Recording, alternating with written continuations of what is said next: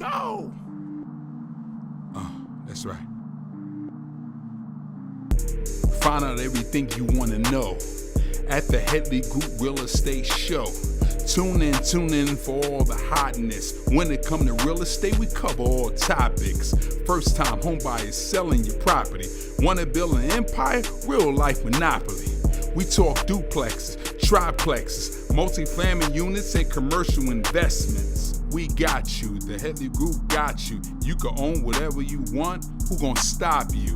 We got you. The Headley Group got you. Here's your host, Mike Headley.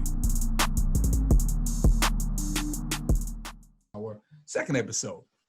Now, here's the thing. We have I would call her friend, family to the company. She's done some wonderful things for us here at the Headley Group Realty in terms of myself as well as the other agents. And before I let her speak, I mean, her catalog and resumes is very impressive.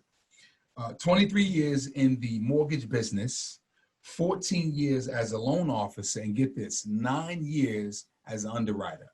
That speaks volumes because you get a lot of mortgage brokers, but don't have the back office experience she has, so she knows exactly what to look for when she's reviewing your application and what they ultimately would say. She specializes in residential homes. She's sold up to $15 million in real estate from, I guess, last year, right? From the beginning of this January. year. From January 15. Yeah. 15. $15 million in loans. Average 12 closings a month. And in this pandemic, her business has skyrocketed. Let's give a warm welcome from Mortgage Solutions, Miss Karen Jones. How you doing, ma'am? I am doing well, Michael.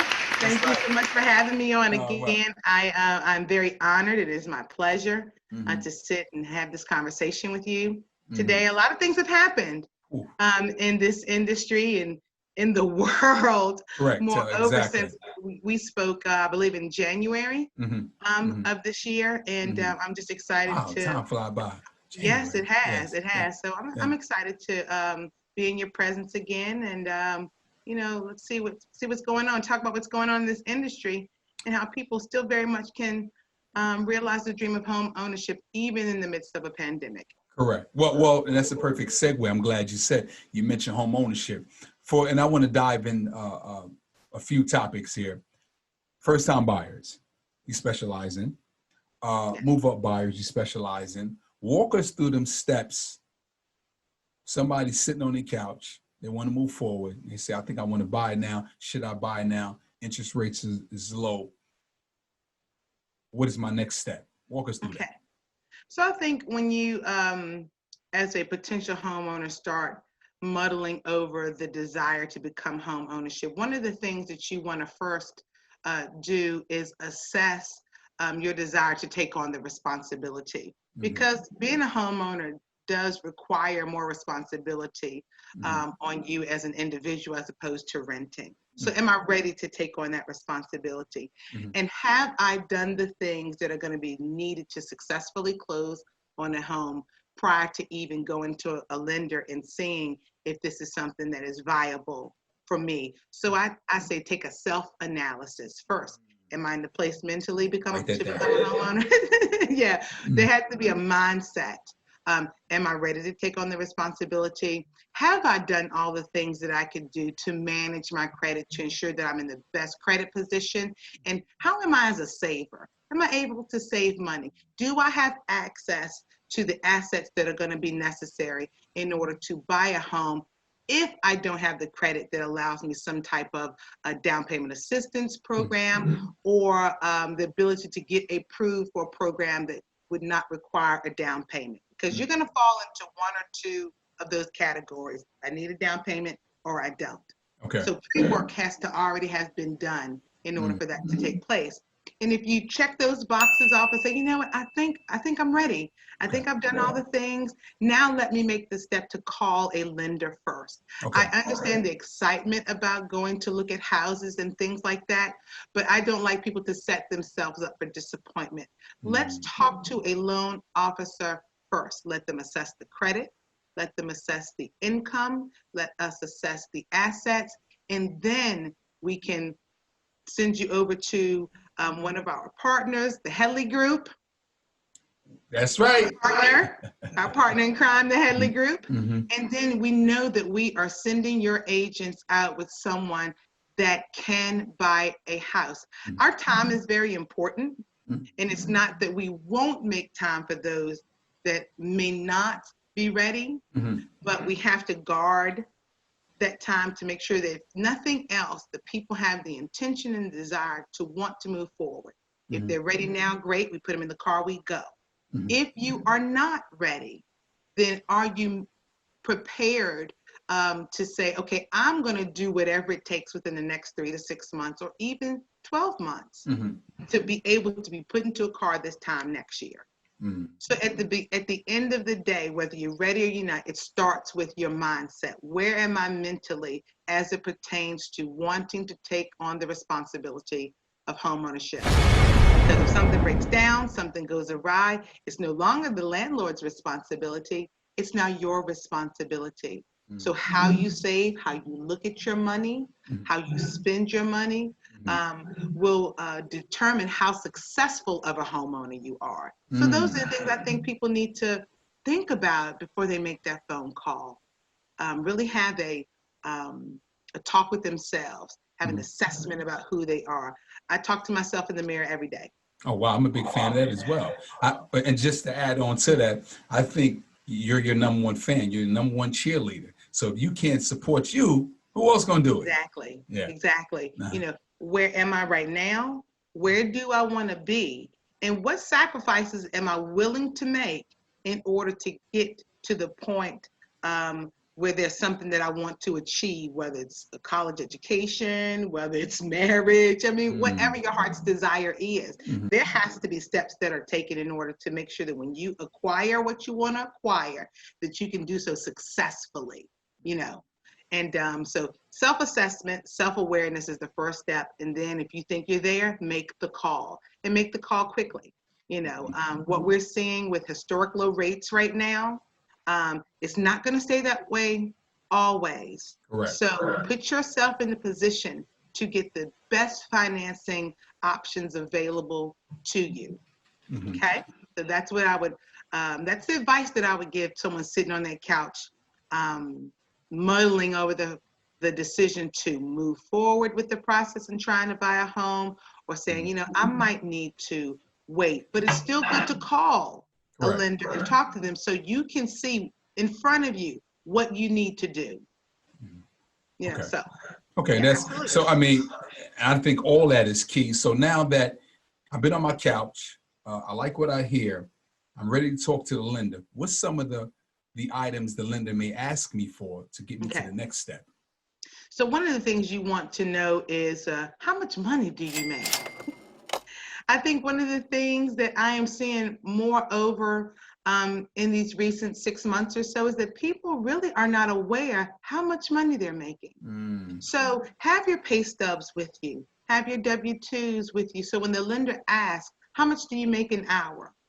If you as a potential buyer tells a lender that you don't know how much money you make, that lends itself to the level of financial maturity that you need to have going into buying a house.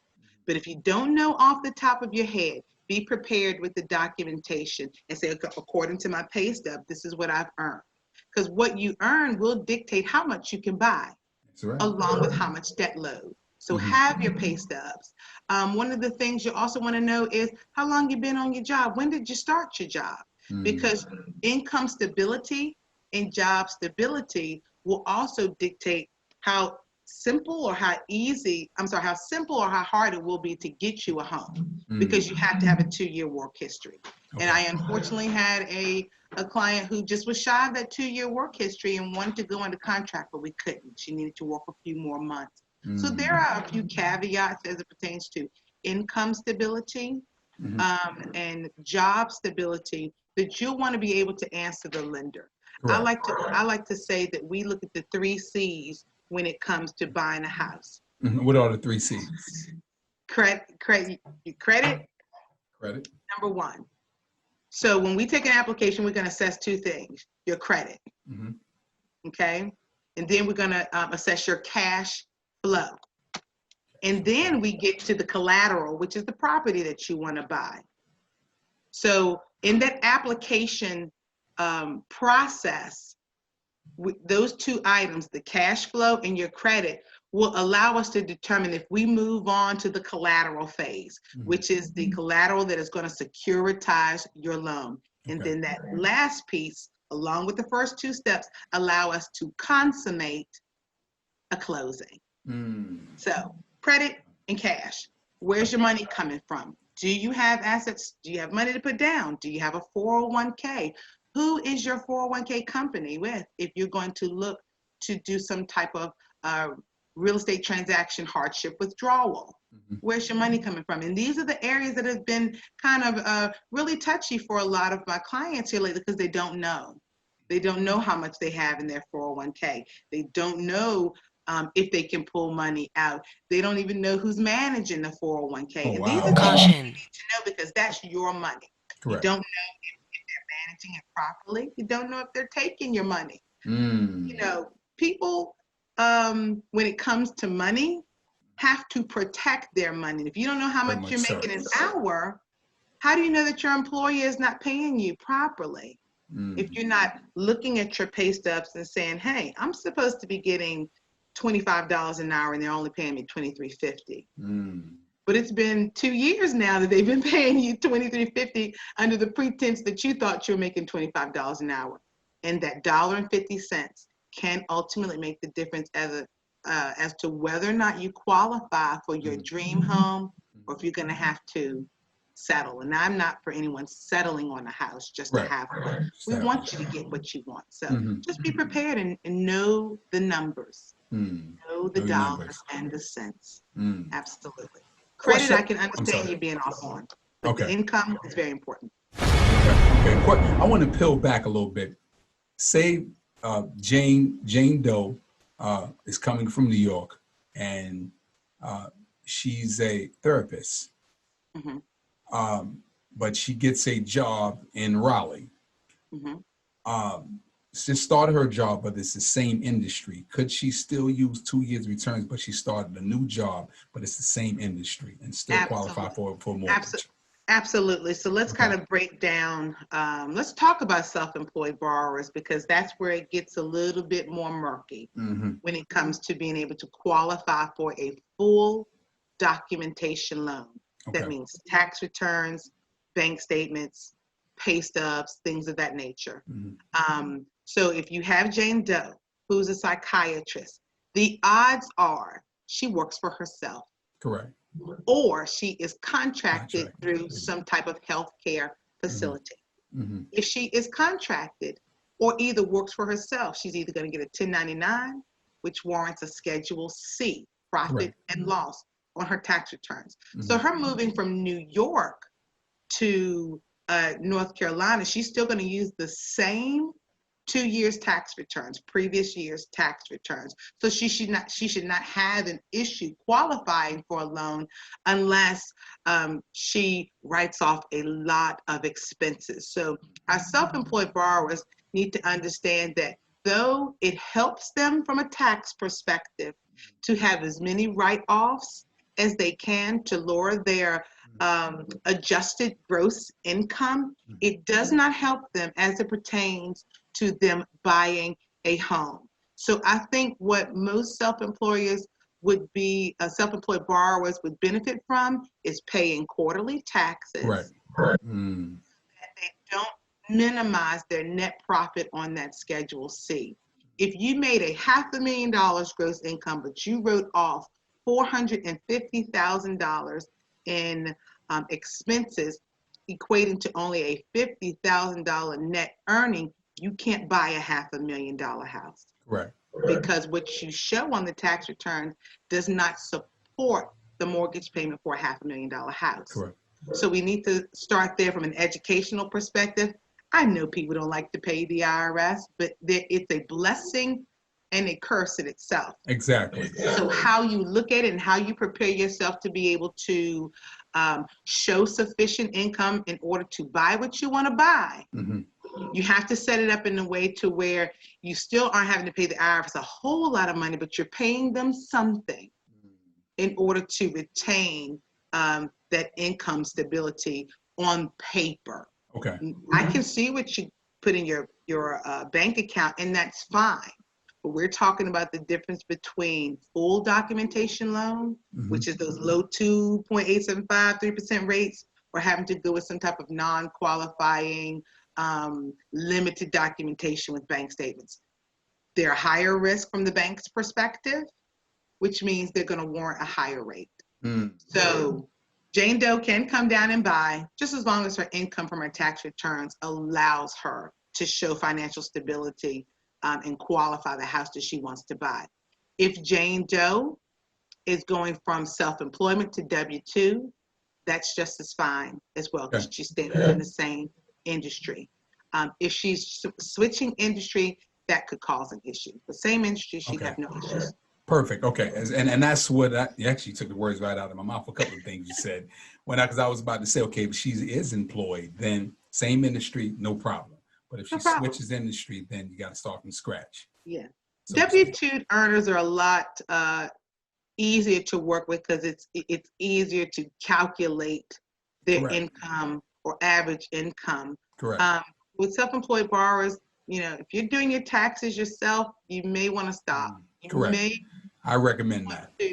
Recommend working with a CPA who can help you even understand those write-offs and those expenses that can actually be added back into your earnings on your Schedule C. It's people want to make money. Correct. But they sometimes don't necessarily want to spend the money. It actually will help them become better business people. Okay. And they are not compromised in their desire to want to purchase real estate or any other asset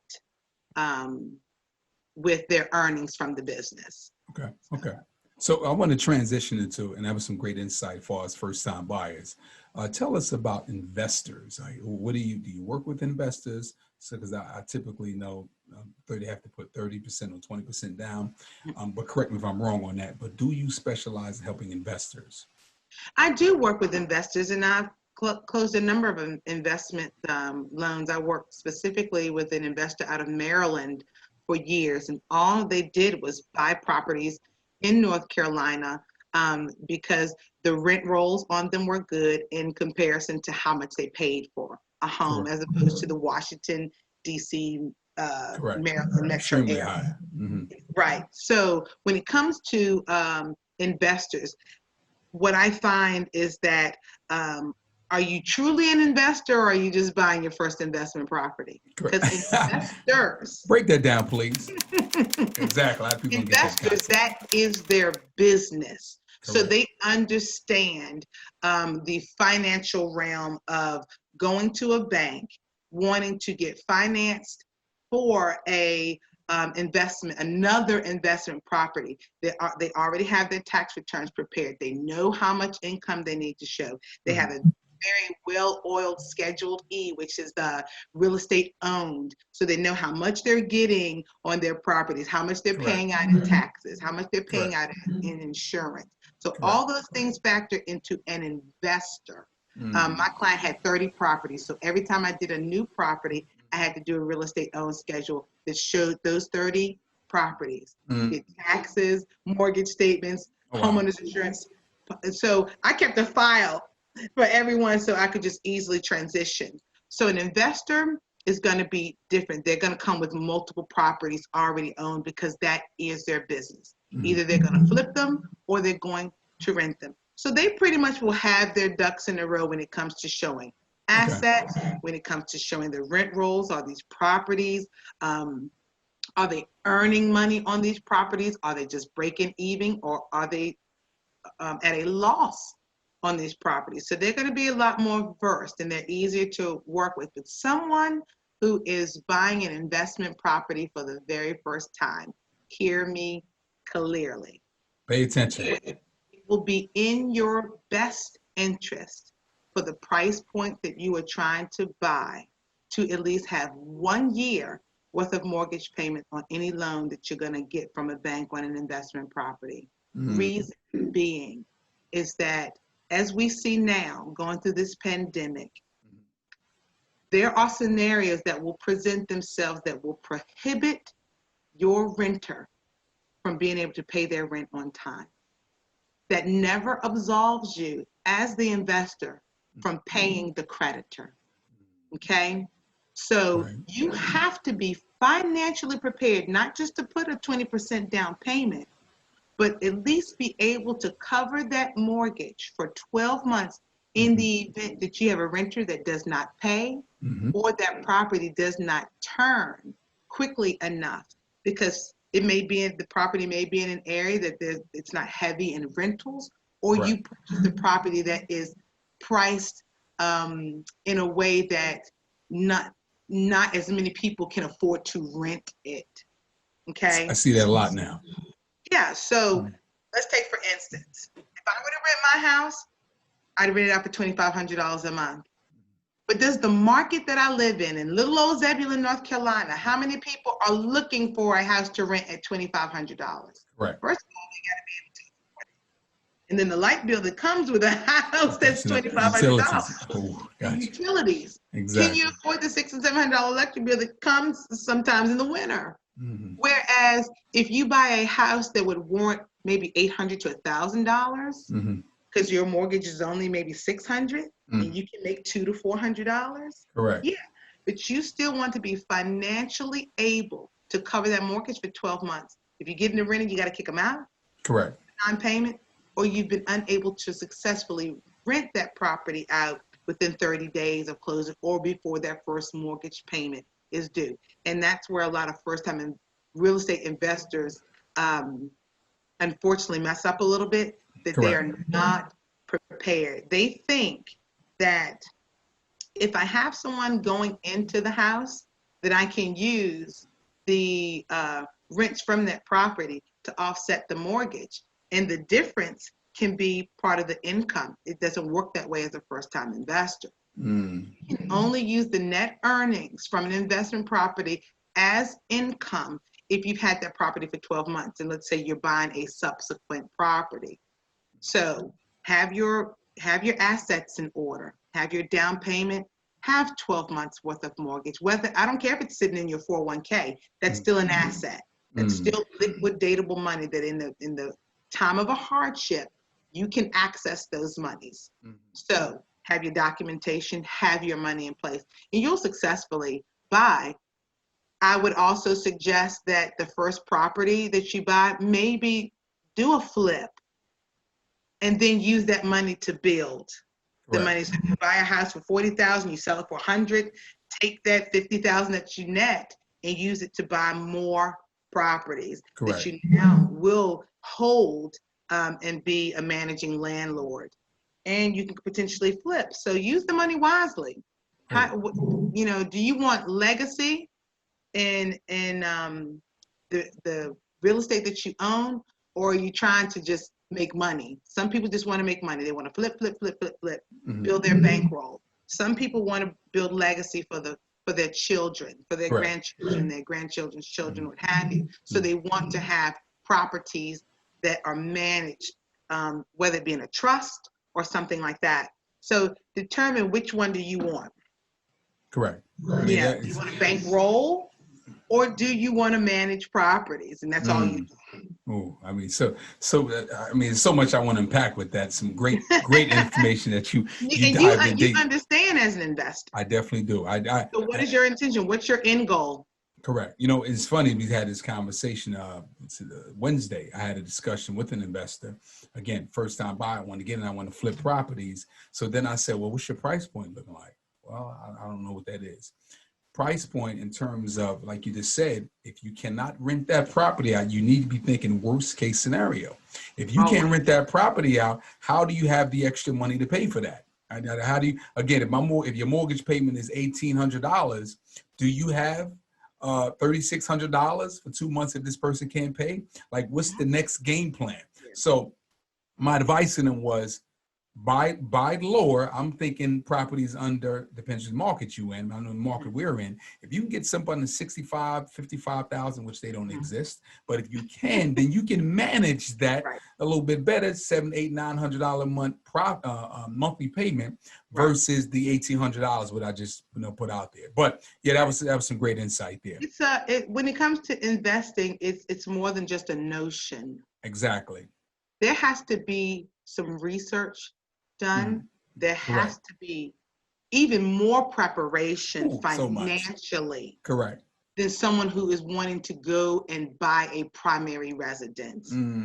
You can lose everything behind a wrong investment. And it could be your first investment. And it can compromise everything about your personal assets as well. So I think for people who really want to invest in property, take a class, go to several seminars, get different ideas from different people. I'm gonna give you a Jan Van Zant line. I like Do that. your work. That's right. It's more than just a notion. It's more than just a notion of wanting to be a homeowner as well from a primary residence perspective. And I was actually, just add to that, we actually have a buyers investors presentation that we kind of give to any kind of client. So I do want to add that if anybody do want to reach out. Now listen, Karen, you always give us some great Jews. Now, our time is eating us up here, right? So we want to I just want to shift it in terms of, I've always asked guests for 2 golden nuggets, but you actually gave me about 15. So, so what I want to do is, in them 2 golden nuggets that I would like for you to kind of provide for us, if you can actually give us a story, because I think stories are very impactful, that was a plus to a client. So give us one of them good, give us a story. Okay. So this is what we one of the things that I never tell a client, Michael, is that they've been denied, because what that does is it adds a sense of defeat. And when people are denied, they typically will stop trying to acquire something that I think that we all as Americans and humans have a right to when the work has been done, right? So I never tell a client that they've been denied. I tell a client that your blessing has been delayed. However, it doesn't mean that it cannot happen for you. And I go into a lot of consultations with clients, and when I give you a step-by-step plan, it now becomes your responsibility to make it come to fruition. So I had a couple last year around August came to me. It wasn't that their credit was bad, but it was just kind of mediocre. It was on the fence of, yeah, you could get approved, but their assets did not allow them to move forward. So we put a 6-month plan of action together. That if you do X, Y, and Z, and you come back in 6 months, then I don't see why you wouldn't be able to buy a home. And also give your credit some time to improve, because they had taken the steps to start allowing their credit to improve. Well, I get a call, and this was in August, and I actually ended up getting a call in May. And it was the young lady in the relationship called me. She says, Karen, this is so-and-so. Me and my fiance are ready to buy. And the first thing I asked them was, well, did you save some money? She said, yes, ma'am. And I was thinking, okay, they saved about $3,000 or $4,000. She said, yeah, we saved $30,000 from August to May. Wow. And I know you was impressed. Blown away. Wow. Because as a loan officer, what you will find more often than not, is that loan officers want to work with people who are ready. They don't necessarily want to invest the time that it will take to put together a full synopsis plan of action for you, and then you do nothing with it because it doesn't benefit you and it doesn't benefit them. So to see this young couple have saved that much money, we just closed on a $400,000 home for them. They didn't have to settle, and they closed at a 3% interest rate. Wow, great payments. Wow. Great payments. And they still had assets left to go in if they wanted to make any adjustments to the house, if they wanted to buy new furniture, all Wow. fun things about the home ownership experience. So whoever is listening, it can be done. And watching. You just have to Mhm. decide what you are willing to sacrifice if you're not ready, and Mhm. understand that don't ever take a lender saying that they can't do it right now as you being denied the dream. Your Mhm. dream is just on delay, and you will be the person that decides, do I get to that do I get to see the manifestation Mhm. of that dream come to fruition sooner or later by my own personal action. So Mm. that's where it goes back to self-awareness, self-assessment. Am I willing to do the things that will get me across the finish line sooner or later? What am I willing to deny myself? Mhm. What am I willing to sacrifice? And you will be the determining factor if you buy in 3 months or 3 years. So be willing to hear the constructive criticism, take ownership, take action. Now listen.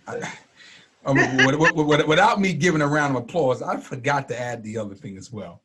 Miss Karen is a pastor as well, if I'm not mistaken. Yes, sir, I am. So hopefully y'all hear that, with the motivation and only thing she's missing the man upstairs. Yeah, But she's a pastor as that's well. why I'm here. Exactly. Karen, I will, because you're going to get some calls after this one. I just know with this video, it should go viral. What areas do you specialize in throughout the country, or are you just centered in one location? Well, I hold 15 licenses throughout the country. However, We got to put that on pause. How many licenses do you hold? 15, 15 different state licenses. It's incredible. But go Yeah, ahead though. but actively, I am in the North Carolina market. I Okay. am in the South Carolina market. Okay. I am in the Florida market and the Okay. Georgia market. Georgia market as well. And Okay. in saying that, what I mean is that I am literally closing loans in those markets personally. Okay. Okay. Okay. So if you are in any of those markets, I can, from a licensure perspective, close. Any of the other markets that I hold licenses in, they're currently inactive because I'm not doing business, and financially it doesn't make sense if I don't have business that is turning month Correct. over Correct. licensure. But if I do see an opportunity in a market, let's say in Maryland, Louisiana, Mississippi, Oregon, Washington State, I have a license in South Dakota, North Dakota. Oh, South Dakota. Oof. Who out? Well, who you out there? No, I'm playing. Yeah. Opportunities Yeah. in those markets that will allow me to look at the cost of paying for those licenses year over year, Correct. cost effective. Then of course, all I have to do is just contact the regulator of that state and say, hey, I want to activate my license and pay the fees and take any continuing education courses. Okay. But actively closing month over month, North Carolina, South Carolina, Florida, and Georgia. Oh, trust me, they're gonna be reaching out.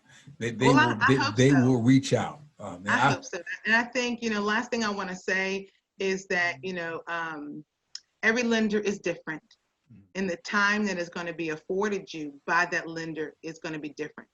I don't consider myself to be better or have a magic wand to make things happen for other people. But I will say what differentiates me and how I handle my business is that I don't look at my clients as a number or a dollar sign. Yes, that is what meets us at the end of the year, at the end of the month, and that's how our employers may equate our successes through units and dollars. But the difference between me is that I don't look at my clients that way. I look at them as human beings. I treat every client the same, whether you're buying a $75,000 house or $500,000 house. And I'm willing to offer the this is how we do it consultation for those who are not ready. You're not going to get, you don't qualify, call me in 6 Call me months. 6 months, And the exactly. client is left with, what do I do in those 6 months? Right. What is it, what's going to get me there? And I'm going to offer them that time. And at the end of the day, it's taking the information and making it work for you. We no longer can say, well, I didn't know, because ignorance no longer is your excuse. No longer. Non-action is your excuse. That's right. And it still falls back on your lap. Correct. And So, go ahead and admit that.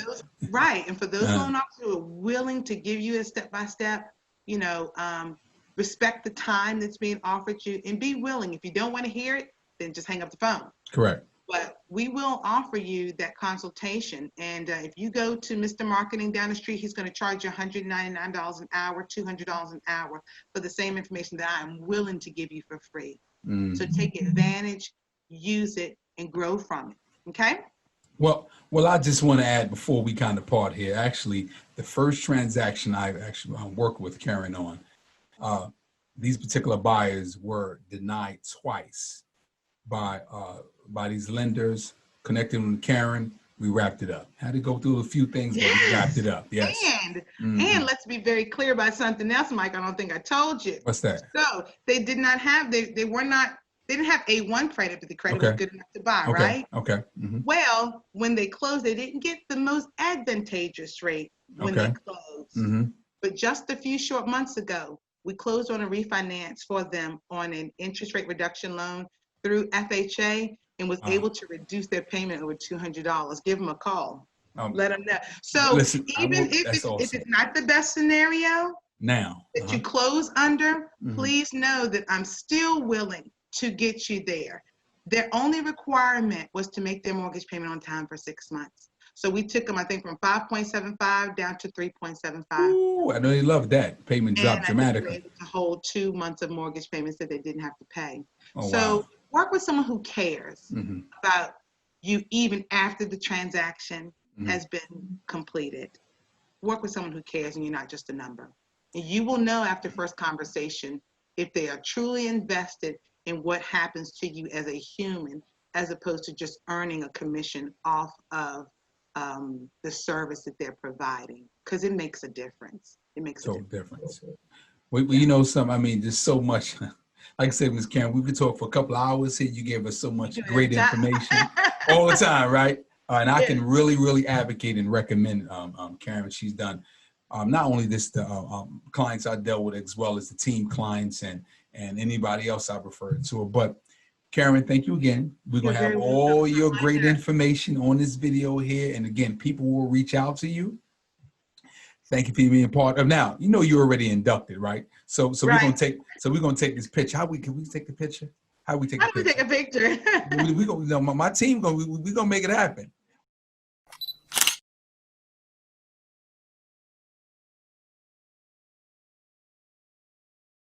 Two people that are happy. What's that? Because of what we do. I know, right? Exactly. For those who don't know Mike Headley, he has a servant's heart. I appreciate that.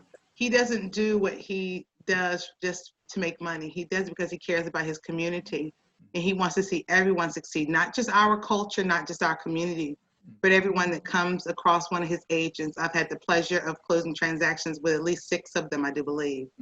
And they go above and beyond, and we don't shy away from the hard ones. It just makes us push a little harder, and we learn and we grow. Correct. So if you don't have the perfect scenario, don't be afraid to just take the leap, find out what you need to do. Michael Headley's agents are awesome to work with. They're some of the most lovely people. They know the business, they know the market. So give yourself a chance. Give yourself a chance.